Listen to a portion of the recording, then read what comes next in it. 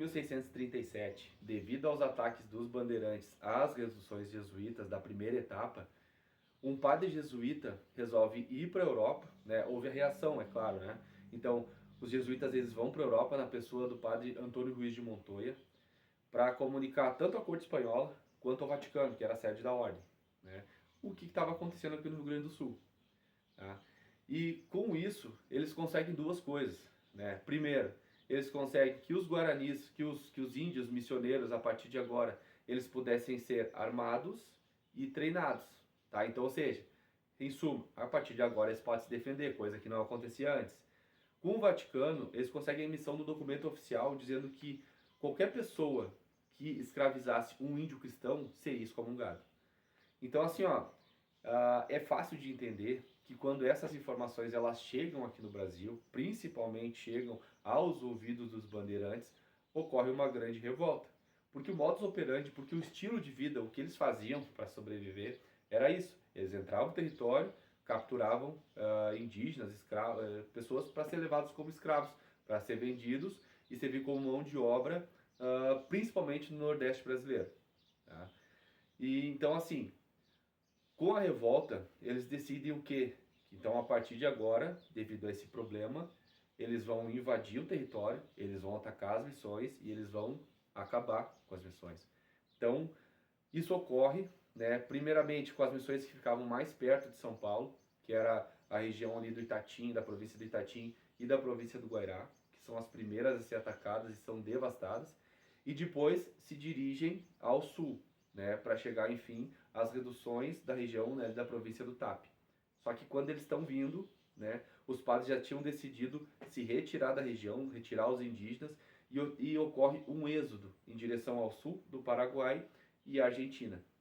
E quando está ocorrendo essa retirada, os bandeirantes que vinham logo atrás, né, eles entram em confronto com os jesuítas e com os missioneiros, com os indígenas, né, na região de Porto Veracruz, se eu não me engano. Aí é que ocorre, né, a Batalha do Bororé. A Batalha do Bororé é o que vai marcar, assim, historicamente, basicamente, né, o fim da primeira etapa. Porque houve uma baixa enorme pelo lado dos jesuítas, né, pelo lado dos missioneiros, dos indígenas, só que também há uma baixa enorme pelo lado dos bandeirantes, porque agora o jogo está equilibrado, né? Antigamente os caras atacavam e os caras não tinham como se defender, só que agora eles também estão armados, agora eles também estão treinados, e agora eles também sabem se defender. E houve essa batalha, houve essas baixas, e foi a partir daí que os bandeirantes deixam de ter o foco nas missões, e a partir desse momento é que ocorre a descoberta do ouro nas Minas Gerais.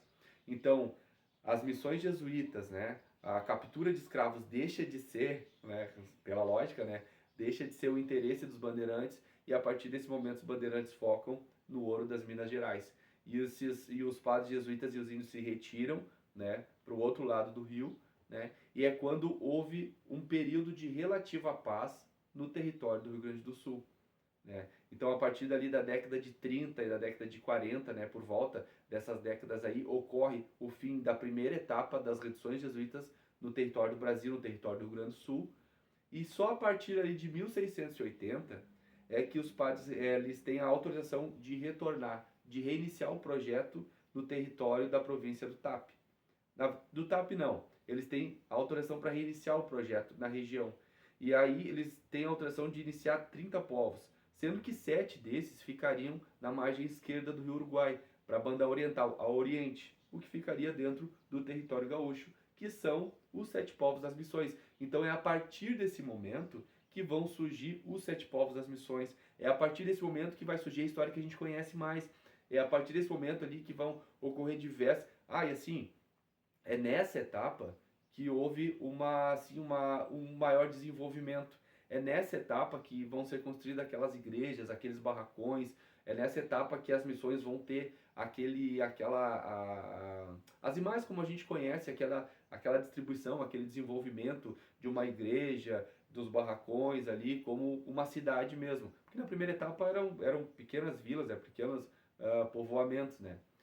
E a partir daí também que vai surgir a lenda de Sepete Araju e a célebre frase, né? Cuiuvi Ogoie Coiara, essa terra tem dono. Essa é a segunda etapa. Mas o sentido o motivo desse vídeo é falar da primeira etapa que é mais desconhecida e que provavelmente é a fonte é a fonte ali das histórias que falam sobre os jesuítas no contexto, né, onde eles circulam por regiões que estão fora do que a gente conhece como os Sete Povos das Missões, tá? Então, assim, gostou do vídeo, cara? Foi uma dificuldade para gravar, nem imagino. Esse vídeo eu já gravei acho que 1 milhão de vezes, não ficava bom. Eu sabia que eu cometia algum erro, alguma coisa, apagava, regravava. E dessa vez eu decidi, até que o vídeo esteja pronto, eu não vou desistir, eu vou gravar até que ele esteja pronto. Então eu espero que vocês tenham gostado aí. Um abração, tudo de bom.